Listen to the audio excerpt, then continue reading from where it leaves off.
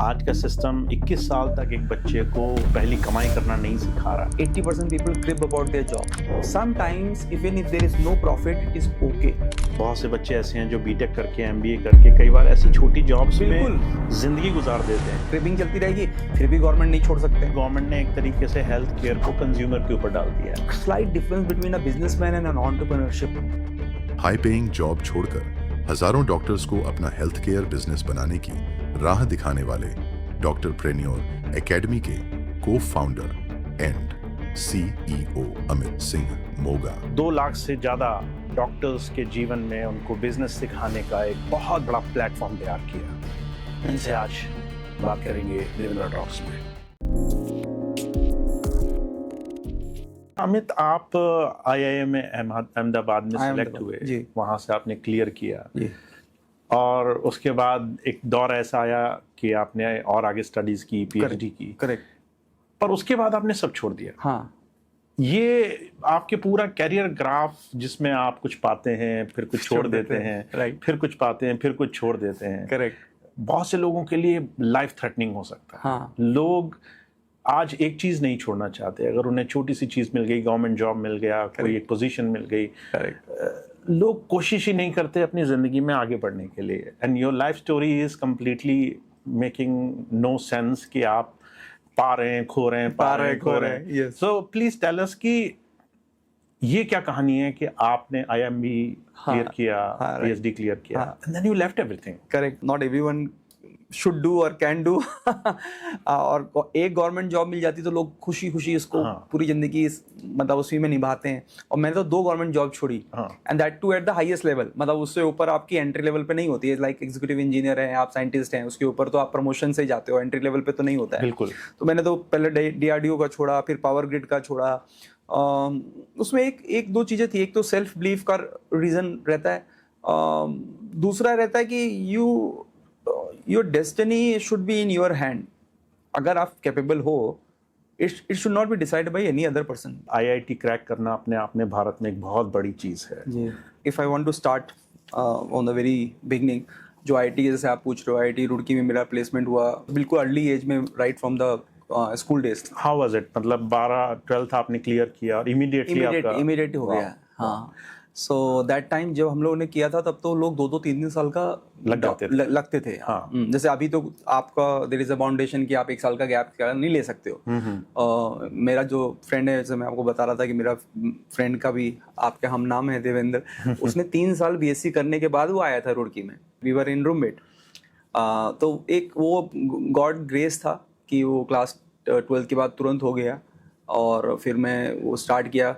मतलब मुझे उसकी पॉजिटिव और नेगेटिव दोनों ही लगते हैं। जल्दी जाने के पॉजिटिव भी होते हैं, नेगेटिव भी होते हैं। और अगर आप एक्सपीरियंस लेके थोड़ा सा ब्रेक लेके जाते हो तो उसके भी एक नेगेटिव। तो आपने कोचिंग वगैरह की आईआईटी में जाने के लिए? मैंने कोचिंग सिर्फ और एक ही सब्जेक्ट की ली थी, फिजिक्स की। यहाँ लखनऊ में मैं पढ़ता था। तो बाकी तो क्लास 12th में इतना टाइम नहीं मिलता था, तो अपना 12th भी अच्छा करना था। तो और मुझे भी ऐसा लगा था कि शायद मुझे एक साल का ड्रॉप लेना पड़े, प्रॉपर्ली मैं तैयारी करूँगा, कोचिंग करूँगा तीनों सब्जेक्ट की। बट 12th में अच्छा मेहनत करी और फिजिक्स की खाली एक इवनिंग क्लासेस लिया तो एक डिसेंट रैंक आई और रुड़की मिल गया। रुड़की का क्या एक फैमिली ट्रेडिशन है हमारे घर में। सो ऑलमोस्ट मेरे यहाँ मतलब सभी मेरे चाचा की तरफ से almost all are engineers. Okay. और उसमें जो टॉप लोग हैं उन्होंने 2 लोगों में रुड़की से किया हुआ है, राइट। बैच ऑफ 68, 72 उस बैच में। और उसके बाद आई गॉट अ चांस इन 98। सो काफ़ी एक होता है कि आपका लेगेसी जैसा, अच्छा रुड़की में हो गया, इट्स लाइक बिग थिंग। और आप इंजीनियरिंग करना तो बाय डिफॉल्ट, मतलब हमारे यहाँ ये क्वेश्चन ही नहीं था कि कौन सी स्ट्रीम लेनी है या कौन सा उसमें जाना है। सबने आईआईटी किया तो आपको भी वहीं जाना है। हाँ, मतलब सबने आईआईटी नहीं किया, बट सब ऑल आर इंजीनियर्स। एंड मतलब 2 लोग जो टॉप में थे उन्होंने रुड़की से किया था, एक मदर की साइड से और एक फादर की साइड से। तो मेरा रुड़की में होना is like very good thing कि हाँ ये लेगेसी फॉरवर्ड है। तो हमने ये भी सोचा नहीं कि दूसरी किसी आईआईटी में ट्राई करें या नेक्स्ट ईयर ट्राई करें या कुछ करें, रुड़की में हो गया तो लाइक वेरी गुड। और किस डायरेक्शन से आपने वो किया? मैंने इलेक्ट्रॉनिक्स से किया। इलेक्ट्रॉनिक्स। हाँ। But somehow afterwards you chose to do IIM as well. हाँ। तो कई बार लोगों के करियर में ये दोनों चीजें साथ होना अपने आप में एक बहुत बड़ा अचीवमेंट होता है, आईआईटी और आईआईएम क्रैक करना। हाँ, राइट। पर इन दोनों के बीच में एक बहुत बड़ा स्ट्रगल रहा, बहुत बड़ा। हाँ, प्लीज टेल अस कि क्या इतना आसान था, इजीली आप एक से दूसरे में स्विच हो गए, कैसा रहा? नहीं, मेरा आईआईटी बीटेक और आईआईएम अहमदाबाद से एमबीए करने में ऑलमोस्ट 9 साल का गैप है, जो कि नॉर्मली नहीं होता है, इंडिया में तो नहीं होता है बिल्कुल। और इंडिया में ऐसा होता है कि आदमी आईआईटी करता है या बीटेक करता है, सब लोग फ्रेशर ही चले जाते हैं आईएम्स वगैरह में और एमबीए कॉलेजेस में, या 2 साल 3 साल का एक्सपीरियंस, बहुत ज़्यादा हो गया तो 4 साल, बहुत बहुत ज़्यादा। और मेरा 8-9 साल का एक्सपीरियंस वो था, बीच में गैप था, तो उसमें काफ़ी लंबी था। मैंने कभी सोचा नहीं था आईएम करने का। मेरे लिए तो बीटेक कर लिया, रुड़की कर लिया और सब सेट था। जैसे मतलब आपने रुड़की कर लिया, यूपी में जो मैक्सिमम जाता है बंदा, क्या सोचता है अपने यहाँ जो है सर्विस क्लास में सब लोग हैं, मेरे घर में भी, तो IAS was like pre determined कि अगर इंजीनियरिंग करेगा उसके बाद फिर सिविल सर्विसेज की तैयारी, क्योंकि मेरे घर में भी 4 या 5 आईएएस हैं। तो बाय डिफ़ॉल्ट मेरा ये था कि आपको तो सिविल सर्विसेज की प्रिपरेशन करनी ही है, और जो आईएएस हैं वो सब लोग ऑलमोस्ट आर्ट्स के हैं और दे आर नॉट इंजीनियर। तो सब लोग का था कि तुम तो आईटी से हो तो तुम तो ब्रिलियंट हो, तुम तो कर ही लोगे ऑल दोस थिंग। जबकि ऐसा कोई चांस मेरे को सोचने का भी नहीं दिया, मुझे पता भी नहीं था कि सिविल सर्विसेज होती क्या है। बस रुड़की तो बाय डिफॉल्ट जैसे होता है ना, आपको जाना ही है तो चले गए, चलो ठीक है, इंजीनियरिंग कर ली। फिर मैंने एक I got a very good placement वहाँ पे रुड़की में, सीएपेंड करके firm software, so I started as a software engineer. तो उस समय मेरा ये था कि मुझे अभी पढ़ना नहीं है, और तो आपने आईआईटी बीटेक किया, उसके बाद सीधे जॉब मिल गई? सीधे जॉब में मिल गई एंड सॉफ्टवेयर फर्म में मैं चला गया। तो ऐसा क्या हुआ कि आपने एक लंबा ब्रेक लिया और उसके बाद फिर 8-9 साल के बाद? हाँ, तो वो उस पे ही मैं बता रहा था कि अब मैंने ये बीच में जॉब लिया जी, और जॉब लेकर मैं अपना, मुझे 1-2 साल का ब्रेक चाहिए था। आई वाज थिंकिंग कि यार कुछ ऐसा ब्रेक लेते हैं, because it is like continuous back to back, क्योंकि 12th के बाद भी ब्रेक नहीं मिला था और थोड़ा एक्सपीरियंस लेना चाहता था। तो मैं घर वालों ने अलाउ कर दिया, क्योंकि मेरा गुड़गांव में पोस्टिंग था और कुछ चेंजेस की वजह से, क्योंकि मेरी ब्रांच इलेक्ट्रॉनिक्स थी और उसी समय मैंने DRDO का भी एग्ज़ाम दे दिया था, which is an all India test. वहाँ पे सारे इलेक्ट्रॉनिक्स का काम बहुत होता है, सारे मिसाइल्स, एमिनेशंस, एविएशंस सब वहीं पे बनता है DRDO में, इंडिया का। तो उसमें भी मेरा फाइनल जो आया, मैं जॉब ज्वाइन कर लिया था, लेकिन 6 महीने के बाद मेरा फाइनल उसमें आ गया। उसमें साइंटिस्ट करके पोस्ट होती है, साइंटिस्ट का पोस्ट का आ गया, and the letter which come from president of India, so which is equivalent to the what IAS gets, exactly same post. अगर उसका पावर छोड़ दी जाए तो otherwise the post is the same. तो पापा को वो लगा कि गवर्नमेंट है and all those things, so आप इसमें जाओ और you will get time to prepare also, because at the end the final aim was to crack civil services. तो उन्होंने कहा कि नहीं, ये सॉफ्टवेयर इंजीनियरिंग छोड़ो और गो टू DRDO। फिर आई वेंट टू DRDO और वो फेज बहुत अच्छा था, मतलब it was like one of the golden period of my life. I enjoyed a lot, क्योंकि इतने सारी चीज़ें देखने को था। मैंने सबमरीन अंदर से देखी नहीं, नॉर्मली कौन देख पाता? कोई नहीं देख पाता। Submarine and then you go dock of the ship और उसके अंदर का आप देखते हो। और I went to the missile launch location which is Wheelers island, Balasore, Orissa. वो मैंने अग्नि मिसाइल को अंदर से देखा हुआ है, मतलब ऐसे खड़े होकर देखा है और ऊपर अग्नि मिसाइल का। That must be really amazing to watch all those things. या अर्जुन टैंक अंदर से देखना। सो वो बहुत ही बढ़िया पीरियड था, जिसमें मैंने I explored lot of India parts में, पूरा पैन इंडिया घूमा, वो सब चीज़ें। आई was very happy. I was thinking कि मैं इसी में करियर बनाऊंगा, बिकॉज आई लव्ड इट। थोड़ा सा उसमें सैलरी वगैरह बहुत कम होता था गवर्नमेंट का, तो पापा को तो मेरे पेरेंट्स तो कभी सोचे नहीं थे कि मैं इसमें स्टेबल होना चाहता हूँ। तो उन्होंने बोला, मैंने आई स्पोक दैट कि यार मुझे अभी ये अच्छा लग रहा है, आई शुड कंटिन्यू यार। तो बट उन लोग को झटका लग गया तो उन्होंने कहा कि अरे ये कैसे है। तो फिर उन्होंने मेरे को रीडायरेक्ट किया। एंड उस समय तक जब आप बच्चे होते हो, लड़के होते हो, तो आपको आपका खुद का डिसीजन मेकिंग पावर इंडिया में इतना डेवलप नहीं होता है। आज के भी when I see after 20 years also, I see normally people decide on the advice of their parents, और खुद वो डिसीजन नहीं ले पाते, क्या चाहिए जीवन में, नहीं चाहिए, पता ही नहीं होता है। और इवन उस समय तो एक्सपोजर भी नहीं था। आज तो बहुत एक्सपोजर है, यू गो टू यूट्यूब और आपको सारे एक्सपोजर मिल जाते हैं। तो मैं जब बच्चों से बात करता हूँ, मुझे दिखता है कि बहुत एक्सपोजर होने के बाद भी they still are not very convinced about the decision making.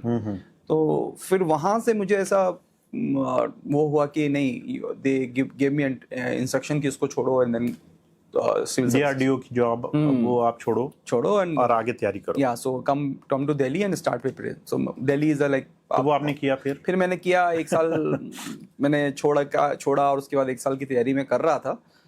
In the same period मैं 1 साल का फर्स्ट अटेम्प्ट दिया और फिर मेरी कोचिंग पूरी हो गई तो मैं लखनऊ वापस आने का सोच रहा था और सम टाइम हैपेंड और कुछ इसी पीरियड में सडनली इन द 15 डेज के पीरियड में मेरी मॉम का एक फूड पॉइजनिंग इंसिडेंट हुआ and she pass away with the food poisoning.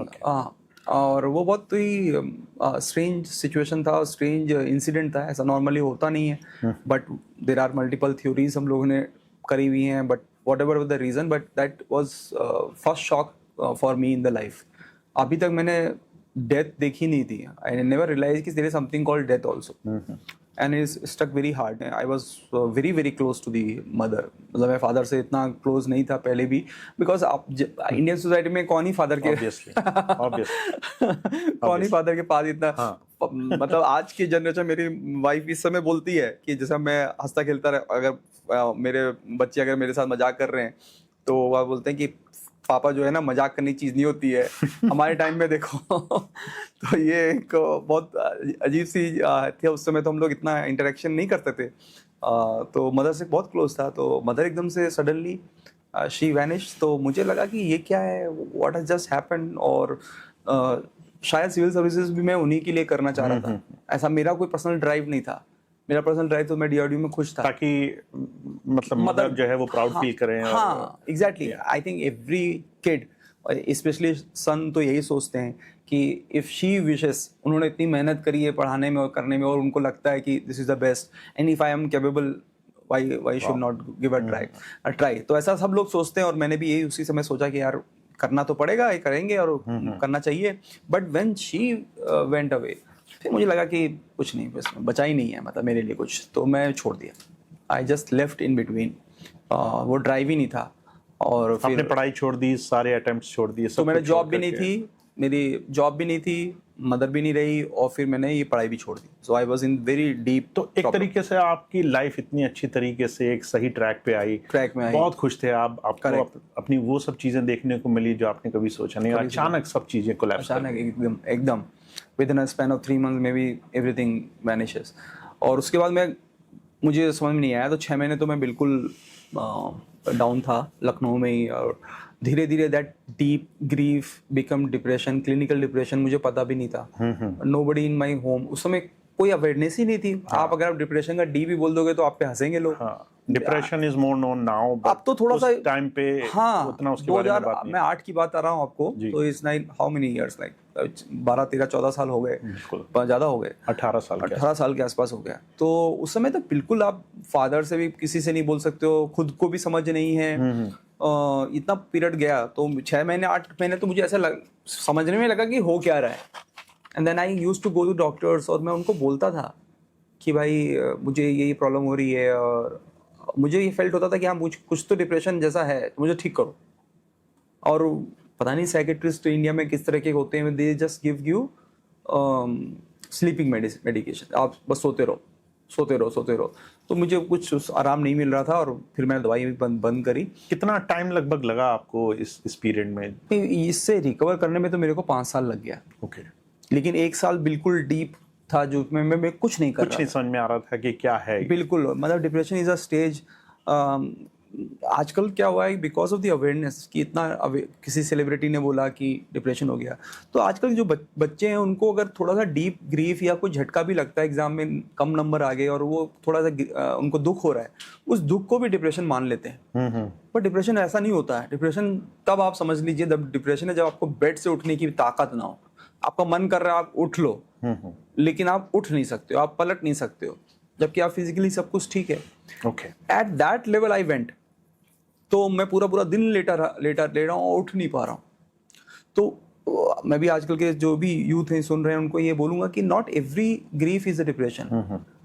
और लेकिन डिप्रेशन अगर हो तो उसको एक मेडिकल कंडीशन की तरह लेनी चाहिए। जैसे आपका बुखार हो गया, more mental and physical is not different. They are interrelated. नोजी हो सकता है, आपको बुखार आ सकता है, पेट खराब हो सकता है, तो कभी कभी आपका माइंड में भी कुछ केमिकल लोचा हो सकता है ना। बिल्कुल बिल्कुल। तो वही है, it's some exactly same thing कि सम केमिकल्स स्टार्ट, जैसे आप सेरोटीन डोपामाइन बोलते हैं, अगर वो आपके केमिकल्स बनना naturally because of some incident बंद हो जाए तो आपको डिप्रेशन जैसा फील होने लगेगा।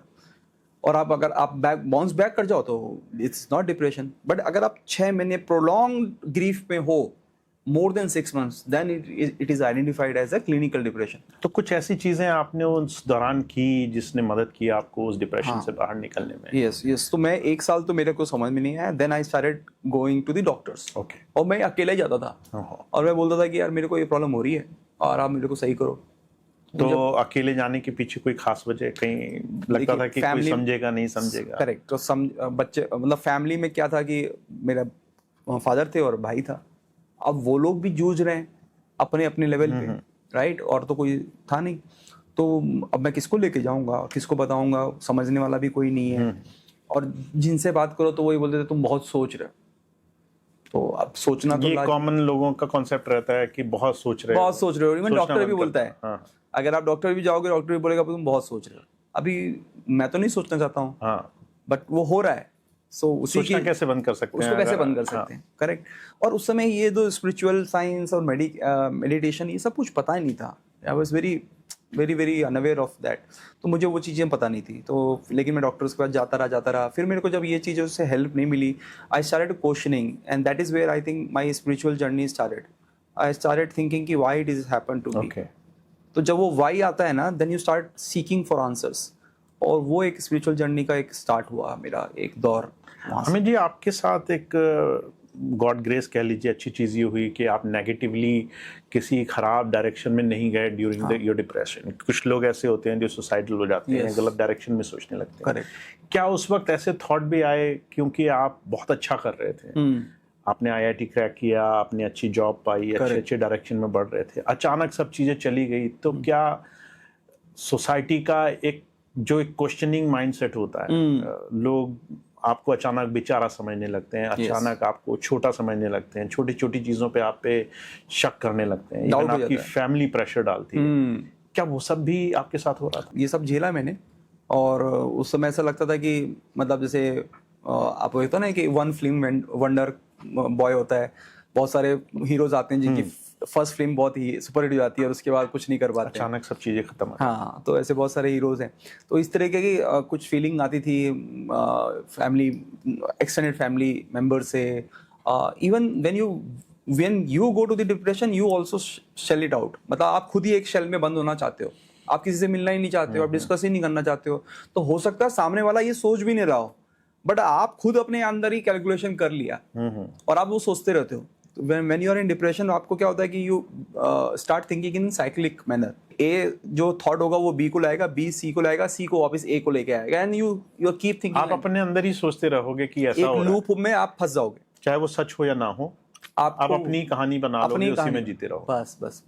और वो कहीं कहीं पे आप जब वो आप कहानी 10 बार रिपीट करोगे और आपको एक इंसिडेंट भी बाहर दिखा तो वैलिडेशन हो गया, ये देखा मैंने सोचा था, ऐसे ही लोग सोच रहे हैं। तो वो एक साइकिल में आप जब फंसते हो उसको ब्रेक करना बहुत इंपॉर्टेंट होता है, जो कि आपको मेडिकेशन से ब्रेक हो जाती है। अगर आपको सही डॉक्टर मिला और सही मेडिसिन से आप ब्रेक कर सकते हैं। ऐसा नहीं है कि it needs a meditation and all others alternative therapy। There are medication which can be helpful because this is a multivitamin, multi-mineral and chemical thing जो कि आप सही करा जा सकता है। उसके बाद सपोर्टिंग एलिमेंट में ऑल्टरनेटिव थेरेपीज आती है। तो ये मेरा अभी तक का निष्कर्ष ये रहा है इस पूरे जर्नी में कि there is a chemical problem which can be corrected, इससे सॉल्व हो सकता है। पर आपके लिए शायद स्पिरिचुअलिटी एक जरिया रही to make it more sustainable करने के लिए you need other supporting element. तो इन बिटवीन मेरी फिर शादी भी हुई 2010 में, मैं मतलब शादी भी हो गई। क्यों? Because just to change the thing and I had no lady in my home. तो सब लोग ने बोला कि जॉब लग गई, तुम शादी कर लो, ये बोल दो। हमने शादी भी कर ली। आई वेंट टू कलकत्ता, मेरी जो पोस्टिंग हुई वहाँ पे पावर ग्रिड में, तो थोड़ा इन्वायरमेंट चेंज हुआ, थोड़ा सब कुछ चेंज हुआ। Still that deep depression was there अभी तक मैं ओवर पावर नहीं कर पाया था। And the next phase that came because of the depression, वो मैंने कभी सुना भी नहीं था, पता भी नहीं था, किसी डॉक्टर को भी समझ में नहीं आता था। So what has happened is I started developing lot of pains and aches throughout body. आपको रियलिस्टिक पेन्स, ऐसा नहीं कि इट्स लाइक मैं सोच रहा हूँ तो पेन, तो सारे बॉडी में पेन, एक्स होना, जॉइंट्स में पेन होना, आपको ऐसा लगेगा आपको एथराइटिस हो गया है, उस तरह का पेन होना स्टार्ट हो गया। अब वो आगे बढ़ता चला, बहुत बढ़ता चला गया। मतलब मैं ऑफिस जाता था तो मैं एक यहाँ पे कॉलर लगा के, बेल्ट लगा के जाता था और नीचे यहाँ पे बेल्ट, क्योंकि मेरे पैरों में भी दर्द था, पीठ में भी दर्द था, ये भी दर्द था। पर अभी कुछ आप इतने फिट लग रहे हैं, ऐसा लग रहा है कि आप 20-30 साल की बात कर रहे हैं, but you still just like 20। Yes but you talking about कि आपने बेल्ट पहना, हाँ जी, कमर बेल्ट पहना। यस मेरे फोटोज हैं जब मैं प्रिपरेशन कर रहा था तो यहाँ पे लगा के, क्योंकि मैं ऐसे मोड़ भी नहीं पाता था। तो वो एक पेन एक्स डेवलप हो गए। अब अच्छा, सारे टेस्ट होते थे, अब पेन एक्स हो रहे हैं तो आप ऑर्थोपेडिक्स के पास जाओगे, ज़्यादा रूमेटॉइड एथराइटिस डॉक्टर के पास जाओगे, और वो लोग सारे टेस्ट करते थे, सिम्टम्स सारे वैसे ही, टेस्ट में कुछ निकलता नहीं था।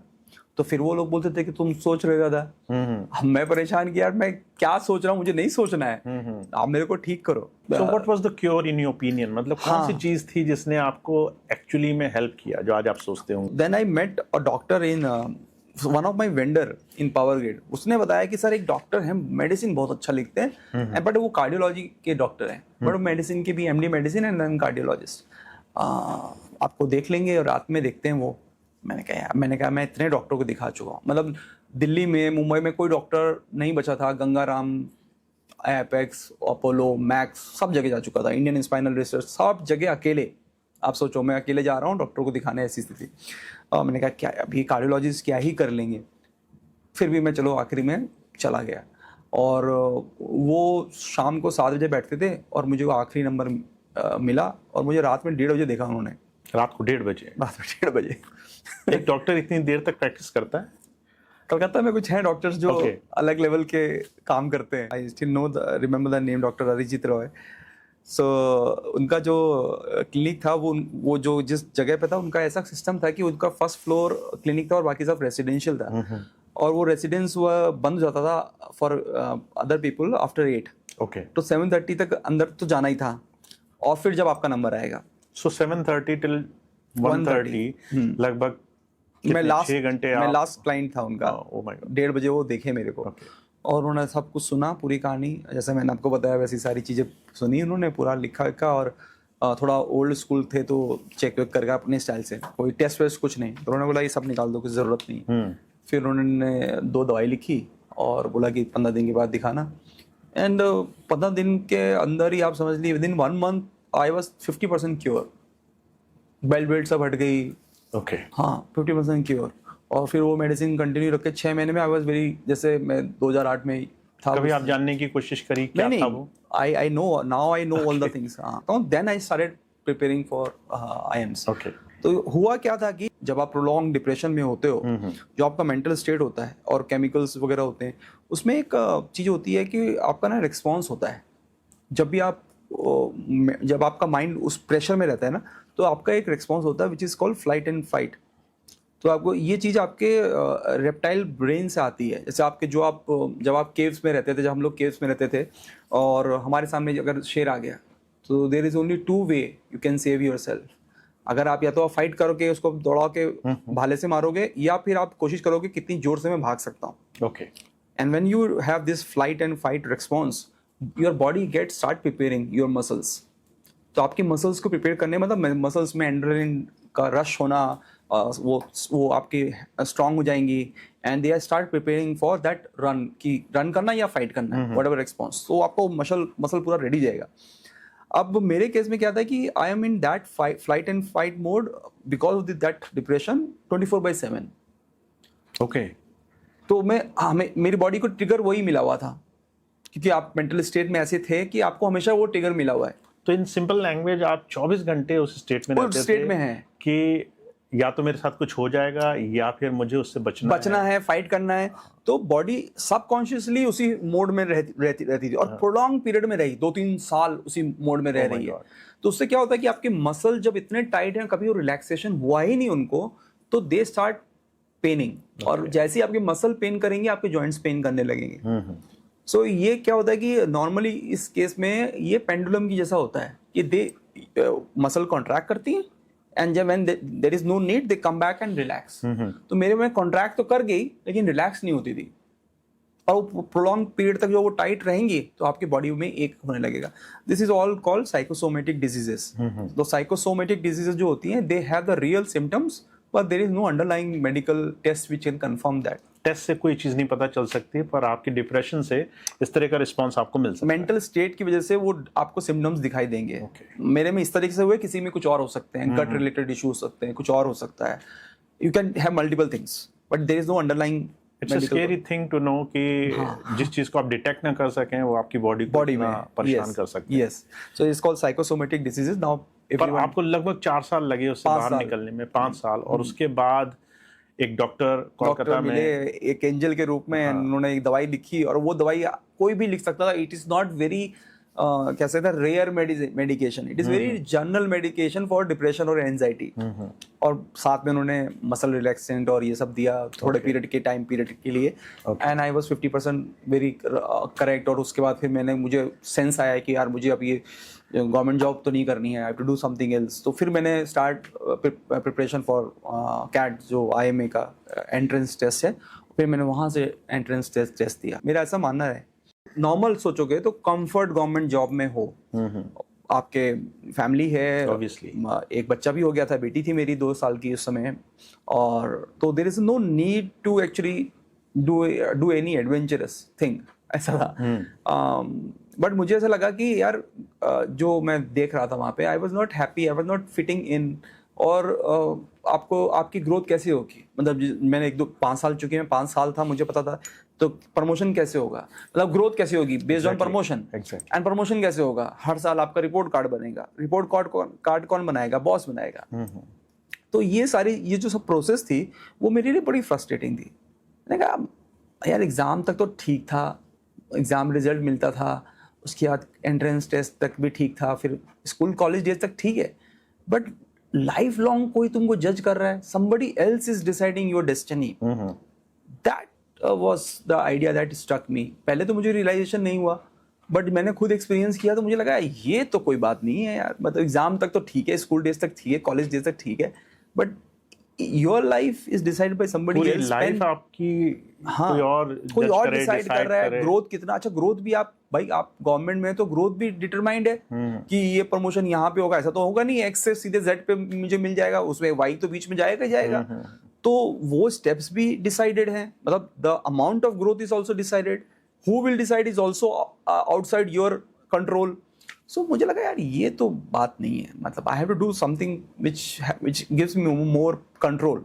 तो ये मेरा पर्सनल थॉट था। तो मुझे लगा कि यार मैंने गवर्नमेंट कर ली है, बहुत कर ली है, हो सकता है मुझे MBA की रिक्वायरमेंट है, so that I start with a very high level and I go to the higher level. तो मैंने फिर MBA ये थॉट से किया कि गवर्नमेंट मुझे नहीं सूट कर रहा है, let me try for the private firms and all those thing, and after doing MBA ऐसा। तो फिर मैंने किया, उससे भी हुआ और मैं MBA में गया। MBA की खुद की एक स्टोरी है। मैं इतना मतलब मुझे 9 साल का गैप हो चुका था, और उस समय कोई भी इंटरव्यू में जाना तो उसका एक अलग एक्सपीरियंस है, मैं आपको बाद में शेयर करूंगा, वो भी एक अलग कहानी है। तो फिर IMA के जैसे मैं मुझे आइडिया नहीं था कि मुझे जॉब करना क्या करना है, but since I had an experience, तो मुझे लेटरल्स होते हैं वहाँ पे एक्सपीरियंस लोगों के लिए बिफोर द फाइनल प्लेसमेंट, तो मुझे अच्छी जॉब ऑफर हो गई। और येस बैंक में I got into vice president at Yes Bank. That was your first posting in Yes Bank. After IMA. Okay. IMA, हाँ. So which is in itself is a big thing. Big thing. सीधे आप bank की job में आए और सीधे एक additional vice president या AVP मिलना, मतलब and that day this kind of laterals happen 1 month before the final placement. मतलब जो यंग लोग पहले जाएंगे, 1 महीने पहले ही हमारा प्लेसमेंट का ऑफर आते हैं, and the same day I got 2 offer on the first day, yes bank से AVP and the DGM in Adani. Okay. 2 offer. I have to select 1. और DGM अदानी was in मुद्रा पोर्ट। उस समय तो मुद्रा पोर्ट कोई जानता नहीं था, it was very new and काफ़ी दूर एरिया में था। तो मुझे लगा येस बैंक मुंबई में पोस्टिंग दे रहा है, तो I will take Yes Bank. और उसमें मैं येस बैंक ज्वाइन, मतलब उसमें मेरा कुछ थॉट प्रोसेस नहीं था। I got an offer. AVP you get after having a relevant experience, but उन लोगों को पता नहीं क्या लगा कि मेरा नॉन रेलेवेंट एक्सपीरियंस भी उन्होंने रेलेवेंट मांगकर वही सेम हायरार्की में दे दिया। तो मुझे लगा यार इन्होंने बहुत इज्जत दे दी है, अभी तो उनको ज्वाइन करना पड़ेगा। मतलब मेरा कोई फाइनेंस बैकग्राउंड नहीं था, ना मेरा कोई इंटेंशन था बैंक में जाने का, बट सिंस कोई इतना आपको दे रहा है तो आपको कुछ तो करना पड़ेगा। And I had left job, I had home loan that period, तो मुझे लगा यार एन एजुकेशन लोन, तो मुझे लगा कि मुझे थोड़ा काम कर लेता हूँ, ये सब दोनों चीज़ें हो जाएंगी, सेटल हो जाएंगी, तब कुछ और सोचेंगे। तो मैंने कहा मिल गया ऑफर तो चलो ठीक है। तो फिर मैं यस बैंक में मुंबई में। कितने साल आपने उसमें जॉब करी? 10 महीने। 10 महीने। Before we jump somewhere else, Amit ji, बहुत सारी चीज़ें यहाँ जो मेरे दिमाग में आ रही हैं। मेरा एक पर्सनल क्वेश्चन ये है कि आपने इतनी सारी चीज़ें अचीव की, क्या आपको एक मोमेंट मिला उस चीज़ को एंजॉय करने का, या उसके पीछे जो एक अपलॉज होता है, लोग खुश होते हैं कि गवर्नमेंट जॉब मिल गई, यस बैंक में जॉब मिल गई, क्या एक मोमेंट मिला फास्ट ट्रैक पे? मैं बोलूँगा कि DRDO तक it was a very fun moment था, इंजॉयबल था। अच्छा। It was a good thing. But हमारी सोसाइटी में या हमारी आसपास के नेबरहुड में अगर आप देखोगे तो because lot of people are IAS and civil services, तो until unless you become IAS बहुत बड़ा क्रेज नहीं मानेंगे। IITs का लिए हाँ ठीक है, सभी लोग इंजीनियर हैं। तो अमित, आपने यस बैंक में जॉब ली, करेक्ट, और फिर उसे 10 महीने ही किया आपने। हाँ। तो ऐसा क्यों? क्या वो जॉब भी पसंद नहीं थी, या ऑलरेडी आप कह रहे हैं कि बहुत हाई लेवल की जॉब आपको ऑफर की थी? करेक्ट। आप ये सोचो कि it's like learning by doing it.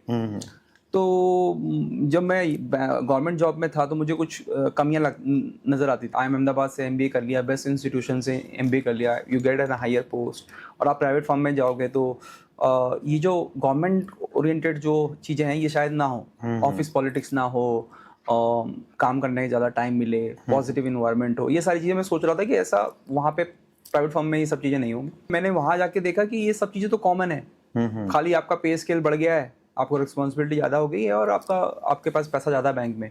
But ये जो कोर इश्यूज़ हैं मेरे, कि ऑफिस पॉलिटिक्स है या काम करने के मतलब आप काम कर रहे हो 2-3 घंटे और 7-8 घंटे जो है फालतू का ही टाइम जा रहा है, तो वो सब चीज़ें का मुझे ऐसा लगता था कि देयर इज सम प्रॉब्लम। तो मैं सोचा था कि मैं प्योर गवर्नमेंट में था। देखो आपने पूरा स्पेक्ट्रम मैंने कवर किया है। गवर्नमेंट फर्म है, प्योर गवर्नमेंट DRDO है। फिर मैं PSU में जो कि सेमी गवर्नमेंट है, सेमी प्राइवेट, PSU में बहुत काम होता है, प्राइवेट फर्म के जैसे ही काम करते हैं।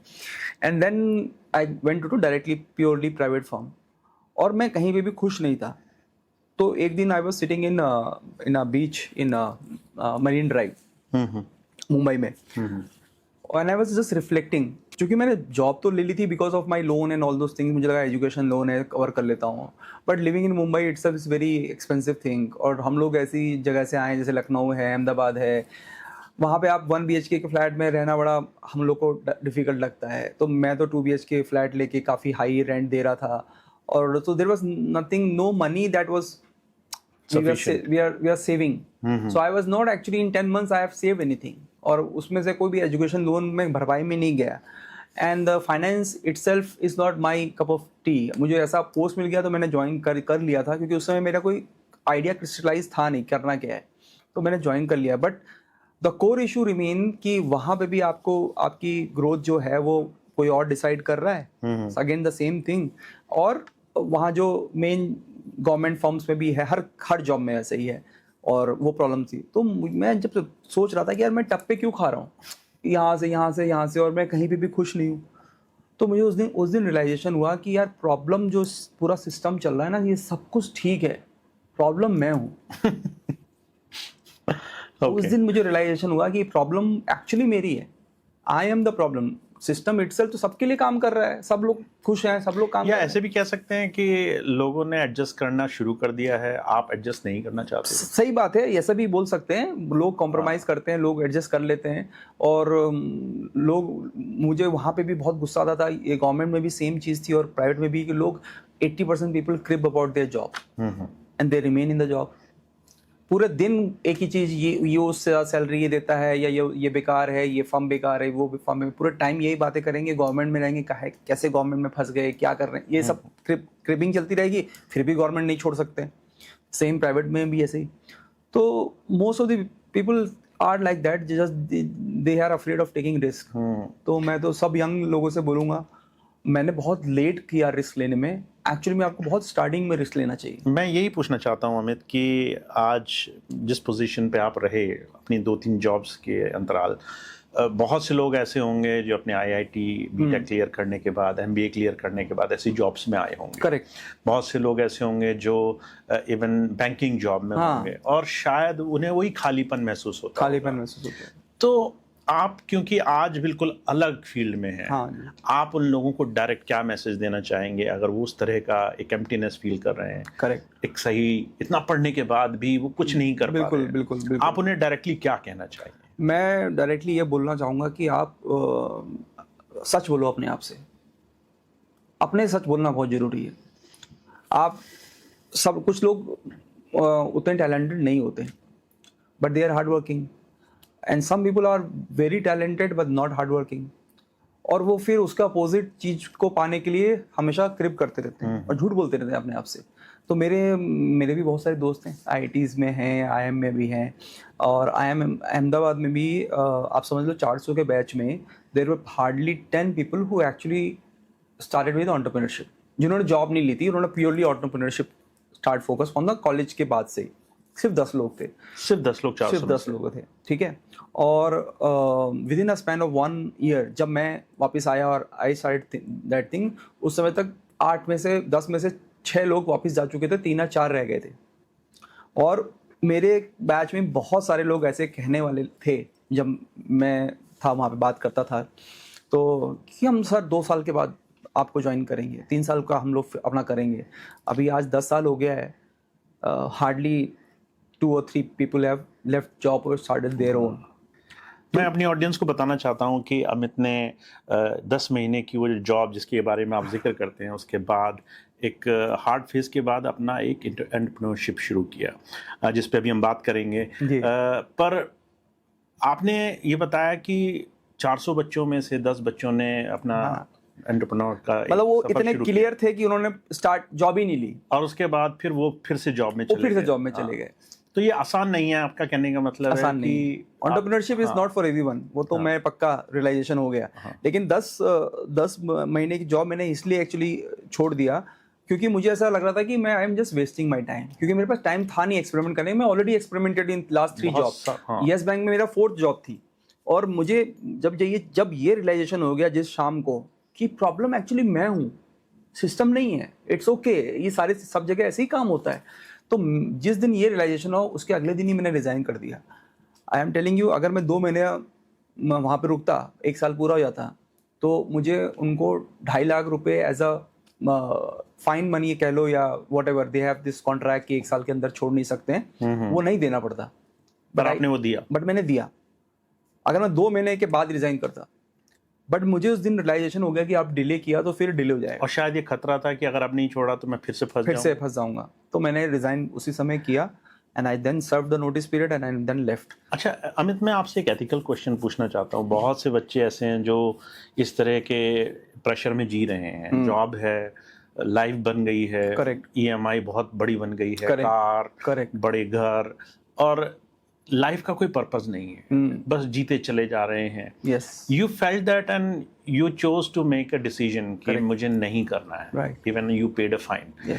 बहुत से लोग, और हो सकता है एक नंबर बहुत बड़ा हो, जो इस तरह का डिसीजन नहीं ले पाता होगा। तो ऐसे लोग जो एम्प्टीनेस में जीवन जी रहे हैं, क्या आपका एक मोरल पॉइंट ऑफ व्यू ये फील नहीं करता कि इन लोगों को शायद कोई डिसीजन लेना चाहिए था? हाँ, मतलब देखिए, सिचुएशन जो होती है ना, मैंने जितने लोगों से बात किया, सबकी जो है ना एक्सटर्नल सिचुएशंस को वो लोग ब्लेम करते हैं, और कहीं ना कहीं उससे दब जाते हैं। सोचते हैं कि मेरे को पेरेंट्स मेरे एज हैं, मेरी फैमिली है, मेरे पास होम लोन है, मेरे पास कार लोन है, ये वो ऑल दोस थिंग्स। ठीक है, ये सबके साथ कुछ ना कुछ तो होगा। जब मैंने येस बैंक छोड़ा है, I had education loan, I had a home loan, I have a family to take care, और मेरे पास कोई कॉन्क्रीट आइडिया भी नहीं था काम करने का। ठीक है, मुझे ऐसा लगा कि because of my education background, मुझे ऐसा लगा कि मैं कुछ नहीं होगा तो मैं कोचिंग में पढ़ाकर भी इतना पैसा कमा सकता हूँ जितना मुझे येस बैंक से मिल रहा है। और आपको वो डिसीजन फिर भी सही लगा कि मैं कोचिंग पढ़ा लूंगा पर मैं जॉब नहीं करूंगा? क्योंकि उस शाम को मैं आपको बताऊं, पहला रियलाइजेशन तो ये हुआ कि प्रॉब्लम मैं हूं। दूसरा ये हुआ कि the core value of my life is actually freedom. वो मेरे को इंडिपेंडेंस कि अपनी ग्रोथ, अपनी लाइफ अपने हाथ में होना चाहिए, जो मैं बार बार ढूंढ रहा था, बट मेरी हिम्मत नहीं थी इस चीज़ को क्या कहते हैं, सही से समझने की और उसको आर्टिकुलेट करने की। वो समझ नहीं आ रही थी। लेकिन उस दिन समझ में आया कि यार मुझे जो ड्राइव करता है, जो मैं चाहता हूँ, जैसा मेरा बिहेवियर है, वो अपना इंडिपेंडेंस, फ्रीडम मेरे हाथ में होना चाहिए, कंट्रोल मेरे हाथ में होना चाहिए। चाहे मैं उसके लिए मैं ग्रो कम करूँ, पैसा कम कमाऊँ, जैसे as compare to my peers who might rose to some other levels. तो क्या सबके अंदर ये रियलाइजेशन आ जाता है एक टाइम के बाद में? नहीं, किसी की बहुत मुश्किल है। मैंने वही बोला कि पहला स्टेप है अपने आप से झूठ बोलना बंद करना। अपने आप को झूठ बोलना कि मेरी ये प्रॉब्लम है, मेरे फैमिली में ये है, वाइफ ये। अपने आप को समझना जरूरी है, क्योंकि अगर आप अपने आप से झूठ बोलोगे तो it will be never, you will never find a solution. Problem जब नहीं पता है तो सॉल्यूशन कहाँ से मिलेगा? तो पहला तो वो है अपना समझना। दूसरा ये है कि if you can take calculated risk, I have taken blinded risk which is not good. मैं फ्रस्ट्रेट हो गया था कि मुझे तो कुछ अलग करना है, नहीं तो होगा नहीं। But many people can take a calculated risk. और अगर आप अर्ली द बेटर, क्योंकि मैं तो बहुत लेट में रियलाइजेशन हुआ, but if you are listening to this podcast then you are blessed enough to understand कि हाँ कोई है जो ऐसा नहीं किया है। नाउ मैं 10 साल पहले ही काम कर सकता हूँ। बिल्कुल और आज के जो इन्वायरमेंट में जितना फेवरेबल है कुछ भी स्टार्ट करना, वो 10 साल 15 साल पहले बिल्कुल नहीं था। अगर आज भी आपको प्रॉब्लम नजर आ रही है, आप जिंदगी में कभी कुछ नहीं कर सकते। And I always take responsibility of motivation from people like अपना कैप्टन कुलदीप हैं, जो लीला होटल के मालिक हैं। He started hotel Leela at the age of 56 after army stint 56। एंड 56 में आदमी रिटायर होता है और उन्होंने इंडिया का सबसे लग्जरियस होटल बनाया at the age of 56। and he, I don't know whether he is now alive or not, but 95 तक तो मुझे पता था कि he was going to office at the 95। तो second inning। तो अगर वो 56 में कर सकते हैं इतना ग्रैंड विजन, तो भाई 30 35 40 साल में भी आदमी कर सकता है। बिल्कुल। और अमित, आज आपसे बात करने का और अपने यूथ को इंस्पायर करने का हमारा पर्पस यही है कि अगर आपने इतना स्टडी किया, आप इतने डीप से सिस्टम को समझने लगे, सब जानने लगे, there is no need to bind your freedom for that count. Correct. और आप आज उस बहुत सारे एग्जाम्पल्स में से एक बहुत यूनिक एग्जाम्पल हैं। अमित, बताइए फिर ये आपने डॉक्टरप्रेन्योर का आइडिया कैसे आपने सोचा? वो चीज़ कैसे आपके दिमाग में आई? Yes, it is a very interesting story, क्योंकि हेल्थ केयर में ये मेरा वेंचर है और इसको हम लोग डॉक्टरप्रेन्योर एकेडमी बोलते हैं, which combines two words, doctor plus entrepreneur, it becomes डॉक्टरप्रेन्योर। तो डॉक्टरप्रेन्योर academy is a kind of finishing school for all doctors, where we help doctor with all management and entrepreneurial skills। तो वो लोग क्लिनिकल स्किल्स तो पढ़ के आते ही हैं। पूरा 15 साल पढ़ाई होती है हर कोई डोमेन में, चाहे आयुर्वेदिक हो, होम्योपैथी हो, एलोपैथी। थोड़ा लेमन लैंग्वेज में समझाइए कि एक डॉक्टर जो एक सबसे हाई पोस्ट माना जाता है, वो भी कई बार हेल्पलेस फील कर सकते हैं अपने आप को स्टैब्लिश कर। जब मैंने यस बैंक छोड़ा and I came back to Ahmedabad, और मेरे पास थोड़ा सा सपोर्ट सिस्टम था वहाँ पे अहमदाबाद में, तो आई केम बैक।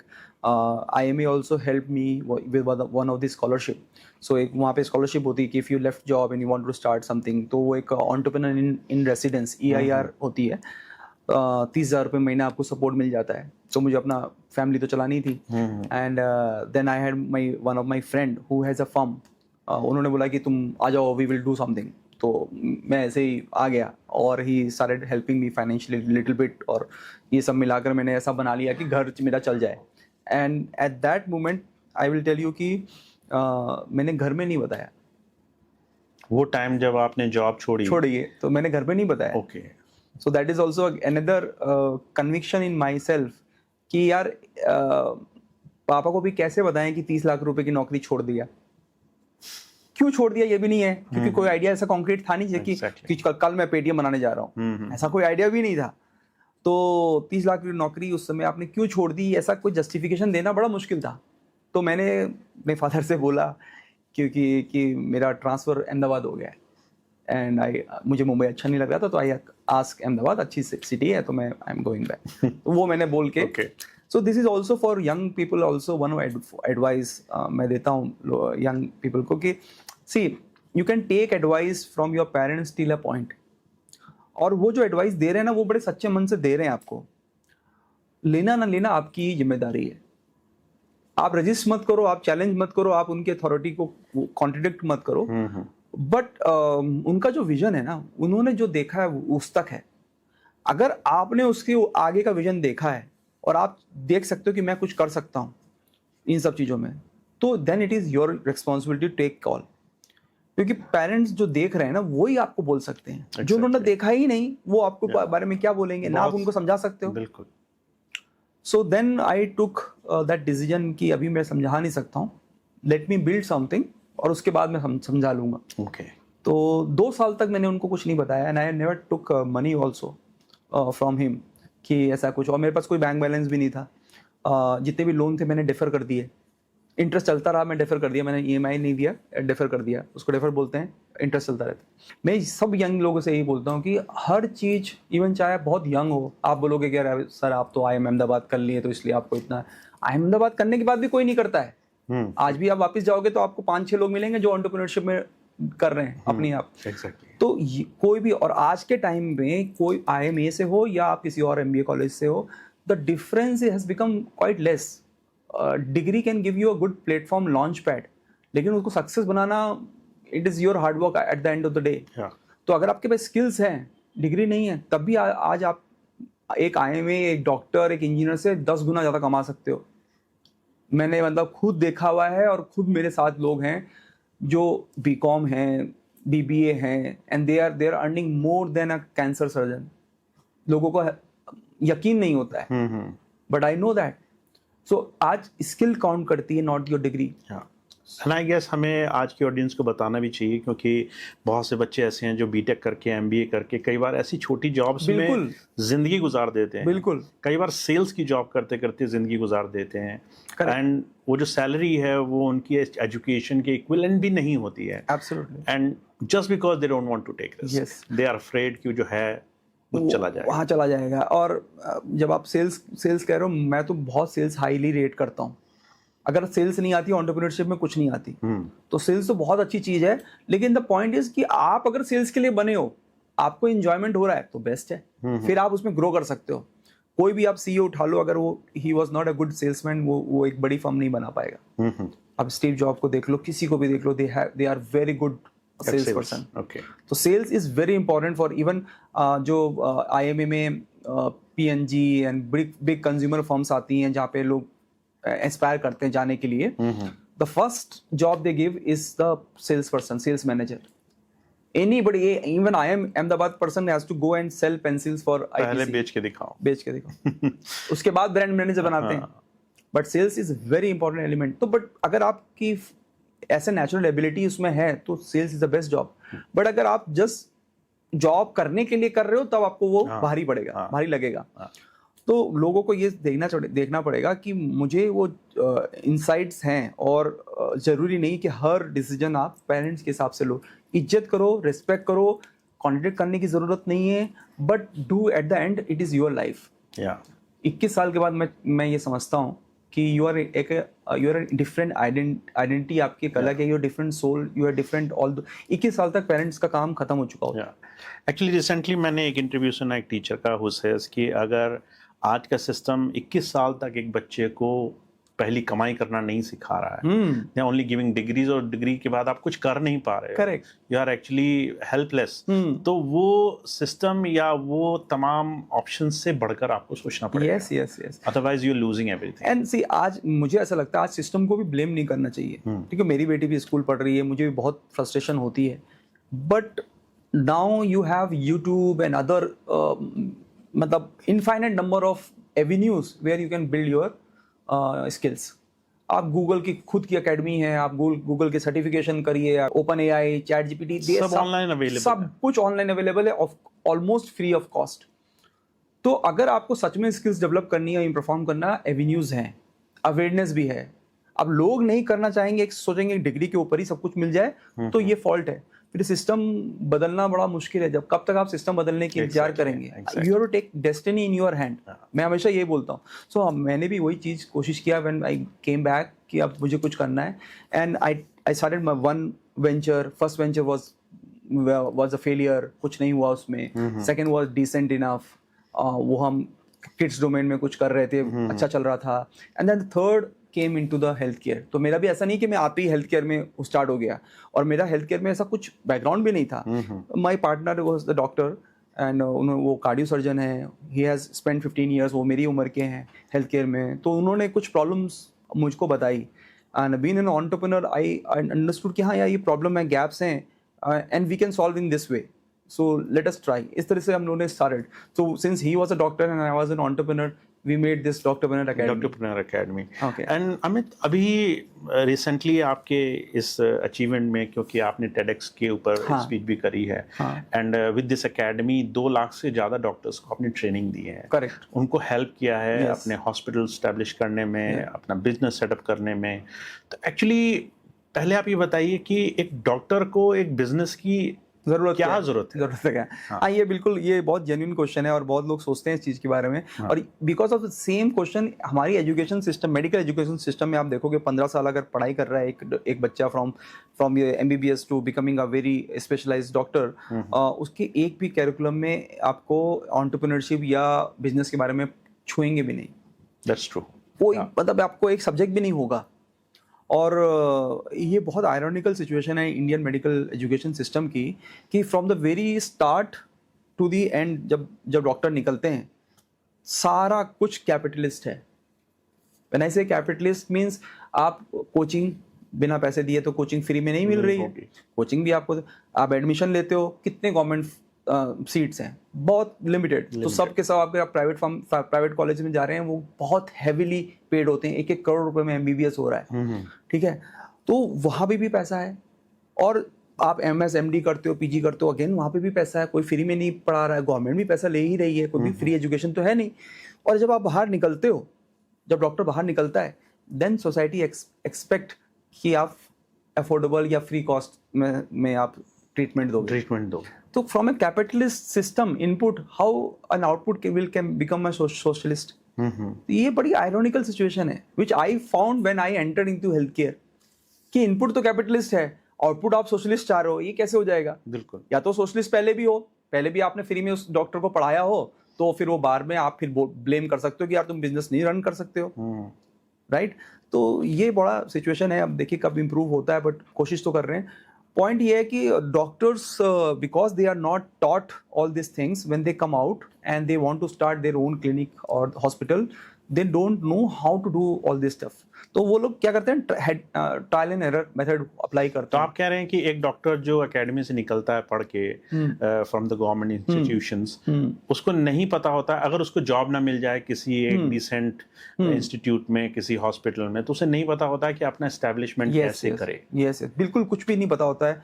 और because they are taught so much of specialisation, they are very good at one thing, but 10 चीजें अगर लाइफ में जीने के लिए चाहिए तो उनको एक अच्छा आता, 9 बिल्कुल नहीं आता। और this is the biggest myth that people have in society कि डॉक्टर को सब कुछ आता है, doctor is the real evil, वही पैसा बना रहा है। बहुत गलत ये है। Actually doctors are the most vulnerable part of that society at the top of the level. If you see एक इंजीनियर 4 साल की डिग्री करने के बाद he is capable of earning good amount of money, but 4 साल या 5 साल MBBS करने के बाद डॉक्टर के पास कुछ नहीं होता है। He just start, उसको जीरो से शुरू करना। जीरो। MBBS अगर आप सिर्फ MBBS की कर रहे हो तो आपको बहुत ही लो लेवल की जॉब मिलती है। अगर मार्केट में मिल रही बहुत ही कम, आप मतलब अमाउंट सोचोगे तो आप भी सोचोगे कि क्या ही है। और जब PG और करने जाते हैं उसमें टाइम लगता है, और MBBS के बाद कुछ भी करने को ऑप्शन बहुत कम, लिमिटेड हो जाते हैं। तो आपको फिर PG और पढ़ाई करनी है, again it is limited. So base is like pyramid, triangle है। बेस MBBS में आपको 5 लाख साल में, कुछ 1.5 लाख डॉक्टर्स निकलते हैं साल में, और PG सीट्स हैं 50-60 हज़ार। तो फिर वो कैसे होगा? तो उसमें क्या होता है कि बहुत स्ट्रगल हो जाता है, और फिर उसमें लोग डाइवर्ट हो जाते हैं, कम जॉब पे सेटल हो जाते हैं, और बहुत डिस्टर्बेंस होते हैं। लेकिन अगर MBBS पर्सन को भी अगर अपनी क्लिनिक हॉस्पिटल खोलना है, उस 5 साल में भी कुछ नहीं बताया गया कि उसको रन कैसे करना है, ओपन कैसे करना है, कैसे करना है। अच्छा, डॉक्टर अगर अफोर्डेबल या जीरो कॉस्ट या आप फिलैंथ्रोपिक एक्टिविटी करने लगे, even government has declared health care services into consumer as a consumer services. Doctor itself, society itself or government itself identify healthcare services as a consumer service. इसीलिए आप consumer dispute में जा सकता है, claim कर सकता है. आपने खुद ही उसको कंज्यूमर सर्विस बना दिया है, तो फिर डॉक्टर क्या करे? कंज्यूमर सर्विस है तो वो सर्विस ना दे. सर्विस देगा तो उसको अर्न भी करना पड़ेगा उस चीज के लिए. तो आप कहना चाह रहे हैं कि गवर्नमेंट ने एक तरीके से हेल्थ केयर को कंज्यूमर के ऊपर डाल दिया है, कंज्यूमर सर्विसेज बना दिया है, तो डॉक्टर भी तो बिजनेसमैन बनेगा ही ना. हाँ. और अगर नहीं बनेगा तो he will be left behind. तो ये एक बहुत आयरनिकल सिचुएशन है इंडिया में. आप सोचो कि अगर मैं तो इंजीनियर हूँ, मैं I understand the engineer MBA part of it. तो आप हमेशा देखोगे एमबीए या आईटी से आपको अखबार में भी दिखेगा 1 करोड़ रुपए का जॉब का पैकेज मिल गया, एंड एवरीवन विल क्लैप. बहुत उसकी वाह होगा न्यूज़पेपर में भी और अपनी सोसाइटी में भी. 1 करोड़ की जॉब मिल गई. बट डॉक्टर की अगर 1 करोड़ रुपए कमा ले तो ये तो इविल है, ये तो लूटता है, ये तो बहुत पैसा कमाता है, ये तो मार्केटिंग करता है. ये हमारी सोसाइटी में मिथ हुआ है. अब डॉक्टर को सब लोग चाहते हैं कि वो बिल्कुल झोला छाप बना रहे. डॉक्टर का हमारी सोसाइटी में बहुत क्रूशियल रोल है. बहुत मतलब एक इंजीनियर एक बार को ना हो that will run, but correct एक डॉक्टर का होना आज के समय में, हाँ, स्पेशली बिल्कुल. इंडिया जैसी कंट्री में जहाँ से 140 करोड़ की आबादी है. Yes every 1000 we have 1 doctor I guess. तो बहुत बड़ा गैप है. और we as a doctors like soldiers inside your border. क्योंकि वो आपकी डिजीज अगर पॉपुलेशन ही हेल्दी नहीं होगी तो नेशन बिल्ड कैसे होगा? एग्जैक्टली. तो doctor have a very important critical role. अब अगर वो अर्न कर लें तो बहुत बुरा हो जाता है, सोसाइटी को बुरा लगने लगता है.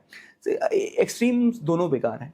एक्सट्रीम मतलब आप ये भी नहीं सोच सकते कि कोई अर्न ना करे और अपना इतनी मेहनत करने के बाद वो एक अच्छी लाइफ ना जिए. वो भी एक बेकार सोच है. और एक वो भी सोच कि डॉक्टर बिल्कुल ही इविल हो जाए और सिर्फ पेशेंट के पेन पे पैसा कमाने लगे और उसको ये दिखे ही ना कि ह्यूमन साइड क्या है, वो भी बेकार. दोनों साइड. आपने इसे कैसे क्रैक किया? एक बीच का रास्ता, हाँ. एक ट्रेनिंग पार्ट, कैसे आपने उसको अरेंज करने का सोचा? इसीलिए हम लोग डॉक्टर पेनर बोलते हैं, डॉक्टर बिजनेसमैन नहीं बोलते हैं. Okay. So there is a very slight difference between a businessman and an entrepreneurship. An entrepreneur और बिजनेसमैन, अगर डिफरेंस नहीं होता तो 2 वर्ड नहीं होते. ओके. 2 वर्ड ही हैं because there is a difference. अच्छा, थोड़ा सा बताइए इसके बारे में. बिल्कुल. सो सी इंटेंशन का डिफरेंस है बिजनेसमैन और एंटरप्रेन्योरशिप में. दोनों लोग प्रॉफिट कमाते हैं, उसमें दोनों में बिना प्रॉफिट के सस्टेनेबल ग्रोथ हो ही नहीं सकती है. बिल्कुल. But businessman looks only on profits because at the and bottom line क्या हो रही है, बिकॉज वहां प्रॉफिट होगा तो वो एम्प्लॉय को सैलरी दे पाएगा. बिल्कुल. So he is looking only at the profit. Entrepreneurship में प्रॉफिट के साथ how much value I am adding to the society also matters. कि अगर मेरे 1-2 क्वार्टर प्रॉफिट में नहीं भी गए, it is okay because I am dealing with human life. Okay. It is okay to be in loss sometimes. Businessman में नहीं हो पाएगा, एंटरप्रेन्योरशिप में ये करना पड़ता है. That is where the societal impact comes into the picture. That is where doctor is natural entrepreneur, क्योंकि वो इस चीज को ध्यान में रखता है कि हम कितना ऐड कर रहे हैं, हम कितना सोसाइटी को गिव बैक कर रहे हैं. तो एंटरप्रेन्योरशिप में ये difference, sometimes even if there is no profit it is okay. And अगर आप वो चीज थॉट प्रोसेस रख के रखेंगे तो you will be a good human doctor, जिसकी जो आप सर्व करना चाहते हो सोसाइटी को वो भी होगा, साथ में you will have a comfortable financial life also. Amit, अभी आपने इस डॉक्टरप्रेन्योर अपनी एकेडमी के थ्रू लगभग कितने डॉक्टर्स ऐसे हैं जिनको एक प्रॉपर बिल्डअप करने में मदद की, या what they think about it कि उन्होंने आपकी एकेडमी ज्वाइन की, सच में उन्हें ग्रोथ मिली कि नहीं मिली? या so we were also amazed by the response when we started. हमको ये पता नहीं था कि ये प्रॉब्लम इतनी बड़ी है. क्योंकि हम लोग भी ऐसे आम जनता की तरह सोचते हैं ना कि डॉक्टर को तो सब कुछ आता है, उनको किस चीज की जरूरत है, उनको कौन सी हेल्प की जरूरत है, उनको तो वो तो लूट रहे हैं. ऐसे ही सबका परसेप्शन है. अच्छा, ये परसेप्शन भी क्यों बिल्ड है, आप ये भी मुझे बाद में मालूम चला. आप doctors can not do marketing for themself, ऐसा इनके गाइडलाइंस है मेडिकल काउंसिल की. और तो वो अपना चीजें बता नहीं सकते.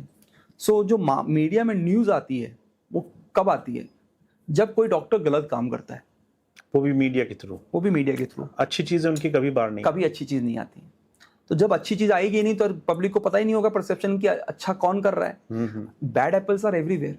किस किस डोमेन में नहीं है? गवर्नमेंट में नहीं है, इंजीनियरिंग में नहीं है, एमबीए में नहीं है, हर डोमेन में करप्ट लोग मिलेंगे, हर डोमेन में अजीब लोग मिलेंगे जो आपको ह्यूमन लाइफ को कुछ नहीं मानते। डॉक्टर्स में भी ऐसे कुछ लोग हैं, but 98% doctors are genuinely they think of people's life and they want to help. ऐसा मैंने कहीं पाया ही नहीं, except few people here and there, जो हर जगह मिलेंगे आपको। कॉर्पोरेट क्यों आया? क्योंकि गवर्नमेंट हैज फेल्ड। क्योंकि गवर्नमेंट कितने सिविल हॉस्पिटल बनाएगी इस डाइवर्स पॉपुलेशन में, डेमोग्राफिक, जोग्राफिकल लोकेशंस में? Then corporate came into the picture because now you as a consumer, as a population need better services, they can afford also, so corporate आने लगा। लेकिन corporate और civil hospital government they have their own economics। एक big Max और big Apollo can come in a big setup, only big setup। उनका एक economics है, वो इकोनॉमिक का सेट नहीं होगा तो वो नहीं खोलेंगे, राइट? आपको 300 बेड, 100 बेड, 200 बेड ऐसे नहीं खुल जाता है। It takes lot of economics into the picture. So but अगर मैं इस साइड ऑफ सिटी बैठा हूँ और मेरे 15-20 किलोमीटर दूर मैक्स है, तो it doesn't make much sense until unless I have बहुत बड़ी बीमारी मेरे को है, राइट? तो मैं कैसे इस डाइवर्स जोग्राफिकल, इंडिया इतनी वास्ट कंट्री है, आपको कल्चरल डिफरेंस नजर आएंगे, आपको जोग्राफिकल डिफरेंस नजर आएंगे, 500 किलोमीटर में आपको सब कुछ डिफरेंस नजर आने लगेगा। तो who can solve this Indian puzzle, health care puzzle, जो अभी तक सॉल्व ही नहीं हो पाई है। कभी गवर्नमेंट ट्राई करता है, कभी कॉर्पोरेट ट्राई करता है, नहीं हो पाएगा। What we found that if we can empower these doctors who are driven and we help them with system support, technology, mindset, जो कॉर्पोरेट में डॉक्टर के जो सिस्टम उन लोगों के पास है, डॉक्टर के पास जो उन सिस्टम जो अगर हम उनको दे सकें, ये सब चीजें प्रोवाइड कर सकें as a catalyst, these doctors can actually make this 50 bedded, 100 bedded hospital, 75 bedded hospital, 30 bedded hospital, which are community driven, doctor driven, affordable, high quality care, because they come from that community, that geographical location. तो वो लोग they can interact, they can give that personalized care, जो एक आप corporate में आपको ना human touch नजर नहीं आएगा। Exactly. Because somebody is caring for something, कोई आ रहा है, इंजेक्शन लगा के चला जा रहा है, कोई आपको बात करने के लिए भी कोई नहीं होगा। But when you go to a doctor and hospital, you will get that personalized care. और हमको लगा कि if we can enable these doctors and they can build this hospital, small and medium sized hospital in the patches in the cities and tier 2, tier 3 cities, then it can be solved. So that is our larger vision, that we can help these guys to empower them with all. अभी अमित जी कुछ ऐसा ही हुआ हमारे साथ। कुछ दिन पहले हम एक पॉडकास्ट के लिए एकदम इंटीरियर एरिया में गए, जंगल के अंदर, और वहाँ पे उन्होंने कुछ इस तरीके से लोगों के रहने के लिए अरेंजमेंट्स किए। The moment we went in, हमें पहली चीज ये रियलाइज हुई कि अगर यहाँ कोई बीमार पड़ जाए, 5-5, 6-6 घंटे ड्राइव करने के बाद भी शायद इसे कोई एक डिसेंट डॉक्टर मिले। एंड व्हाट यू टेलिंग कि ये चीज अगर डॉक्टर ड्रिवन हो और छोटे छोटे हॉस्पिटल्स हों, 30 बेड्स के, 50 बेड्स के, बहुत सी चीजें बहुत अच्छे तरीके से सॉल्व हो सकती हैं। बहुत से डॉक्टर्स अपने टाउन सिटी में वापस जाना चाहते हैं, they are not able to go back because they feel कि वहां पे उनका सेटअप रन नहीं करेगा, लाइफ उनकी नहीं है, लाइफ डिफिकल्ट है और सेटअप रन नहीं करेगा। But as the country is growing economically, now everywhere you will see, अगर आप रील्स देखते होंगे तो गांव के झोपड़पट्टी से भी बंदा रील बना रहा है। तो internet connectivity has reach to that level and infrastructure is improving. So if you have a better infrastructure, if people population has money, and जैसे आप देखते होगे कि जो विलेज या टाउन टाइर 2 सिटीज में जो कंज्यूमर है, दे आर ऑल आयुष्मान और गवर्नमेंट की स्कीम्स, इंश्योरेंस लेके आ रहे हैं। सो कस्टमर भी हैं और पैसा भी है। It is only the mindset and the confidence देने की जरूरत है। वो डॉक्टर वापस चला जाएगा अपने सिटी में। कौन नहीं जाना चाहता? हर कोई जाना चाहता है वापस अपने सिटी में। तो वी स्टार्टेड हेल्पिंग कि आप अपने सिटी में, because cities are saturated with doctors, but towns and tier 2 cities जहाँ से वहाँ पे डॉक्टर ही नहीं। एंड यहाँ पे अल्ट्रा कॉम्पिटिटिव है। अगर आप टॉप 20 सिटीज निकाल लीजिए कंट्री की, वहाँ पे आपको कॉम्पिटिशन अल्ट्रा मिलेगा। बाकी जगहों पे डिस्पर्स बिल्कुल, वहाँ पे कोई है ही नहीं। आपके पास अगर सिस्टम है, आपका माइंडसेट है, तो आप अपनी टाउन में जाके अच्छा सेटअप बना सकते हो। With our help, from mindset to everything, you can build this thing and we have numerous success stories. बहुत सक्सेस स्टोरीज हैं ऐसी। 30-30 बेड के ऐसे हैं, 30-30 बेड के सक्सेस स्टोरीज हैं जहाँ पे हेल्थ मिनिस्टर उस स्टेट का आके इनॉग्रेट किया है। वाओ। बिकॉज उस सिटी, उस टाउन में कुछ था नहीं, अंबिकापुर, सलेम, गुवाहाटी के पास ऐसी ऐसी जगह पे हैं जहाँ पे 30 बेड का ही खुला है, लेकिन वहाँ का हेल्थ मिनिस्टर आके इनॉग्रेट किया है, क्योंकि that is a societal impact. वहाँ पे कोई था ही नहीं, तो किसी डॉक्टर ने कोशिश करी और बनाया तो। और पॉलिटिशियन तो every whenever there is a credit to take, वहाँ जा चले जाते पर हैं। आपका इतना अच्छा इनिशिएटिव है अमित जी कि आपने एक बड़ा गैप देखा आपने इंडिया लेवल पे, जहाँ पे कुछ बड़े शहर ही सारी फैसिलिटीज ले पा रहे हैं। करेक्ट। पर पूरे भारत में लोगों को हेल्थ केयर चाहिए, और उसका शायद यही सबसे अच्छा सोल्यूशन हो सकता है। अमित जी, मुझे आपकी लाइफ स्टोरी सुन करके एक बड़ा अमेजिंग ग्राफ देखने को मिल रहा है। एक ऐसा व्यक्ति जो बार बार अपने कैरियर में, अपनी जॉब में धक्के खाता है, पीछे हटता है, टप्पे खाता है, और उसके बाद भी वो अपनी लाइफ में हार नहीं मानता, वो आगे बढ़ता रहता है। तो आज बहुत से ऐसे बच्चे, आई विश वो आज का पॉडकास्ट देखें, और बहुत से ऐसे यूथ जो पढ़ाई के लिए ड्रिवन होते हैं। India is the second IIT में जो सबसे ज़्यादा प्रोड्यूस करता है इंजीनियर्स। तो ऐसे स्टूडेंट्स को आप क्या अपने लाइफ एक्सपीरियंस से बताना चाहेंगे, which they should take it as a very strong opinion? मैं आपको छोटा सा एग्जांपल दूंगा जी, और उससे शायद ये चीज़ें भी आंसर भी जाएगा जी। कि और स्पेशली फॉर स्टूडेंट्स, ये समझ मेरे को IIT में नहीं था, मैं बहुत छोटा था, और बट IIM में जाते थे तो मैच्योर हो गया था और थोड़ा जॉब के पीछे नहीं था, तो मुझे थोड़ा ये था कि क्या कर। तो जब whenever you are in education, और किसी भी इंस्टीट्यूशन को आप ज्वाइन करते हो, या फर्म को ज्वाइन करते हो या इंस्टीट्यूशन को ज्वाइन करते हो, you start with institution, college में जाते हो, तो एक्सप्लोर करना बहुत इंपॉर्टेंट है। आप अपनी क्लास तक सीमित मत हो। आप उस इंस्टीट्यूशन में हो, कोई भी यूनिवर्सिटी में हो, कोई भी कॉलेज में हो, बहुत सारी चीज़ें होती हैं जो हम लोग से अनटच रह जाती हैं, तो एक्सप्लोर करो। चाहे हो सकता है उससे 2 क्रेडिट 20 नंबर कम रह जाएं आपके, लेकिन explore the whole institution, learn from it. तो जैसे फॉर एग्जाम्पल हमने क्या किया, IIM में एक और मेरा दोस्त था, and he is now a very good politician इन तमिलनाडु। हम दोनों ने क्या IIM में किया कि हमारा जो सेक्शन था, हम कितने प्रोफेसर से हैंडल मतलब मिल सकेंगे, जो लोग हमसे आएंगे वो बात करेंगे, 20, 25, 50 प्रोफेसर से। बट IIM में तो, या किसी भी इंस्टीट्यूशन में, इतने काबिल लोग होते हैं, इतने एक्सपीरियंस लोग होते हैं, उनको लाइफ एक्सपीरियंस इतना ज़्यादा होता है। तो हम लोगों ने क्या किया, we start sending them email, और हर शाम को हम लोग उनसे टाइम मांगते थे 20 मिनट का, और बोलते थे कि सर पढ़ाई के लिए नहीं है, we just want to talk to you. तो हम लोग जैसे प्रोफेसर ऑल्सो गेट वो एक्साइटेड हो गए, और हम लोग स्ट्रेंज उनको एक्सपीरियंस हुआ कि ऐसा भी कोई क्यों पूछ रहा है। तो हम लोग जाते थे, उनसे बात करते थे, उनसे 3 क्वेश्चन पूछते थे, खाली सिर्फ 3 क्वेश्चन, कि sir how has been your life experience, what is your definition of success for you, are you happy, and what is the definition of happiness. बस यही पूछते थे, और हम ये पूरा मैंने नोट डाउन करते थे हर किसी का आंसर। तो उससे हमको इतना पर्सपेक्टिव मिला इतने लोगों का, क्योंकि they were at age 60s or 55, they have done something. कुछ लोग लॉसेस भी हैं, पर्सनल लॉसेस भी हैं, वो सब बातें हुआ काफ़ी डीप। तो पहले तो हम लोगों ने वो एक्सपीरियंस किया इंस्टीट्यूशन का, फिर सारी जो इंस्टीट्यूशंस की जितनी भी अवेलेबिलिटी होती है सिस्टम्स की, सपोर्ट सिस्टम की, लाइब्रेरी है, इंक्यूबेटर सेंटर है, एक्सेलरेटर सेंटर्स हैं, और भी बहुत सारे सेंटर्स होते हैं, सब पे हमने गए, मिले, सर्च किया क्या होता है क्या नहीं होता है इंस्टीट्यूशन पे ही। फिर आप उसके ऊपर अगर आप जाएं, आप इंस्टीट्यूशन कवर कर लें, तो सिटी एक्सप्लोर करिए, सिटी आपने एक्सप्लोर कर ली, स्टेट एक्सप्लोर करिए, स्टेट कर लिया तो पूरा नेशन एक्सप्लोर करिए। हो सकता है आप एक साल का पूरा ब्रेक ही ले लो, स्कूल कॉलेज के बाद, बीटेक करने के बाद, ग्रेजुएट करने के बाद, and go and explore the India, pan India जाओ, ट्रेन में सफ़र करो। ये जो 1 साल होगा ना, आपको इतना कुछ सिखाएगा, इतना अच्छा डायरेक्शन देगा आपको लाइफ का, कि आप डिसीजन लेने के लिए काबिल हो जाओगे। 1 साल जो खराब करना है, जो पेरेंट्स कहेंगे खराब करना, खराब कर दो, बट आप ये एक्सप्लोर करो। जब तक आप एक्सप्लोर नहीं करोगे, आपको पता ही नहीं चलेगा कि लाइफ में करना क्या है। लाइफ में कुछ और भी है, सिर्फ उस एक सेट डायरेक्शन के जो आपको मिल गया। करेक्ट। तो आप ये जो इस क्लास से बाहर निकल के इंस्टीट्यूशन एक्सप्लोर करो, उसके आगे सिटी, स्टेट एंड नेशन। जब आप ये एक्सप्लोर कर लोगे, 1 साल आपको ये लगेगा।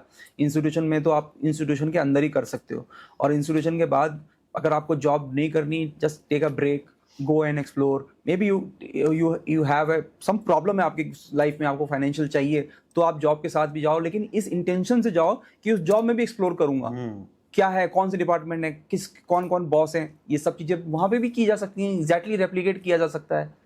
बस पॉइंट ये है कि एक ग्रेजुएशन से पहले या ग्रेजुएशन के जस्ट बाद 1 साल बस एक्सप्लोर करो, you will gate definite idea कि आपको आगे क्या करना है। अदरवाइज फिर वो मेरे जैसे टप्पे खाने पड़ेंगे, 10 साल के बाद आपको नजर आएगा कि करना क्या है। बहुत खूबसूरत। अमित जी, मेरे दिमाग में एक और प्रश्न आता है, क्योंकि आपने IIT किया, IIM किया, आपने ऐसे स्टूडेंट्स भी देखे होंगे जो इन तमाम इंस्टीट्यूशन में छुट्टी मारने आते हैं। हाँ, do you understand what I mean? या कि वो आते तो हैं जी जी, पर शायद वो उस फ्रीडम को एंजॉय करते हैं जो उन्हें शायद घर में नहीं मिला। हाँ, इसके दो पहलू हैं। मैंने ऐसे बहुत टैलेंटेड लोग देखे हैं, बहुत टैलेंटेड, मतलब फ्रॉम IITs टू IIM, और आपको इससे ज़्यादा टैलेंट कहीं दिखेगा नहीं अगर आप देखोगे IIT and IIM Ahmedabad. But the most common thing that I have found is a wasted talent. बहुत कॉमन है। Talent will give you only a platform, a launch pad. Hard work will make that talent sustainable. तो आप कह रहे हैं कि अगर किसी के अंदर टैलेंट भी है किसी चीज को समझने का, हाँ, उसे आप सस्टेन नहीं कर पाओगे अगर हार्ड वर्क, अगर आप डिसिप्लिन नहीं हो, हार्ड वर्क नहीं हो। I have seen excellent minds going waste, बस क्योंकि वो टैलेंट है तभी तो वो IIT या IIM में आए हैं। टैलेंट तो होता है उनके पास, बट डिसिप्लिन नहीं है, या हार्ड वर्क नहीं, या विजन नहीं है, या उनको लगता है कि सब कुछ उनको आता है, तो वो बहुत कॉमन है। सो इवन अगर आप टैलेंटेड नहीं हो and you have not entered into this domain, आप कुछ फिजल आउट कर रहे हो, आप कुछ काम कर रहे हो, आप कुछ अवेयर कर रहे हो, आप घूम रहे टहल रहे हो। I have seen lot of such people who have made good in life. They are not very talented, they have not gone to IITs, but they have spend 1 or 2 years here and there. They explore, जो exploration की बात कर रहा हूँ ना, वो subconsciously exploration कर रहे थे, and then they found something and they hard work and they did the hard work and they made it, उसी से उन्होंने कुछ बड़ा बना दिया। हाँ, और वो बेटर है दैट टैलेंटेड पीपल से आज की डेट में। So true. सो बहुत इंपॉर्टेंट है कि आपके पास टैलेंट है, उसको नर्चर कैसे कर सके। बेस्ट एग्जाम्पल है सचिन तेंदुलकर, विनोद कांबली। जस्ट बस आप समझ जाइए कि whether you want to become a Sachin Tendulkar or whether you want to become a Vinod Kambli, that's। तो आप इतनी सुंदर चीज डिकोड कर रहे हैं कि आपके पास सब कुछ हो सकता है, but if you are not exploring, अगर तुम्हारे पास हार्ड वर्क करने की इच्छा नहीं है, वो भी वेस्ट जा सकता है। वो भी है। और अगर आपके पास कुछ भी नहीं है and you are still explorer, आप फिर भी कुछ ऐसा अमेजिंग बना दोगे एग्जैक्टली कि लोग उसको फॉलो करने लग जाएंगे। Yes, and I have seen, this is my practical life experience. I give you 10 names who have done, who was not very good at school, colleges. They were backbenchers, but they are doing very nice in today's time. And I've seen toppers of my school days, college life, who are not doing that good. They should have done. So good Amit ji, आज आपसे बात करके बहुत अच्छा लगा। मैं चाहता हूँ आज जितने भी हमारे ऑडियंस हैं, स्पेशली यूथ, बहुत सारे लोग जो स्कूल जा रहे हैं, कॉलेजेस जा रहे हैं, IIT, IAS, IPS, तमाम ऐसे एग्ज़ाम्स के लिए कोशिश कर रहे हैं, they should keep one thing in mind कि फेलियर तो आएंगे, बहुत सारी चीज़ें ख़राब होंगी, पर उसके बाद भी आप बाउंस बैक कर सकते हैं अगर आपका जज्बा ठीक है, अगर आप हार्ड वर्क में बिलीव करते हैं। Absolutely. Amit ji, thank you so much. आज आपसे बात करके बहुत मज़ा आया। आई विश कि जो आपने अपनी लाइफ में टप्पे खाए and then you found really the right direction, आज जो पैशन आप ये डॉक्टर्स को प्लेटफॉर्म देने के लिए आपने पर्पस महसूस किया, correct, that is really amazing to see. And I wish कि हमारे जितने यूथ हैं वो भी उस डायरेक्शन से जुड़ें और खूब उनको इसमें मज़ा आए। Thank you so much and I really enjoyed आपसे बात करके, एंड होपफुली जो लोग देख रहे हैं they also found some value out of it, और they can reach out to me on LinkedIn. I am available on LinkedIn, और email वगैरह भी आप we will share all your credentials ताकि so people can connect. आपका एक बहुत amazing podcast है डॉक्टर्स के साथ, वो देखें, आपका काम देखें, आपसे जुड़ें, आपसे और इंस्पिरेशन लें। I have written a book also for students, वही चीज़ के लिए, और specially for MBA grads, that's called black book. तो वो MBA grads के लिए ही है कि अगर आपको BTech या ग्रेजुएशन करने के बाद MBA करने जा रहे हो तो उससे पहले क्या ध्यान देना है, बस वो बुक में है। फाइंड दैट बुक गाइस, और उस चीज़ को जरूर पढ़ें। Thank you so much. Thank you, it has been nice talking to you. Thank you. Thank you.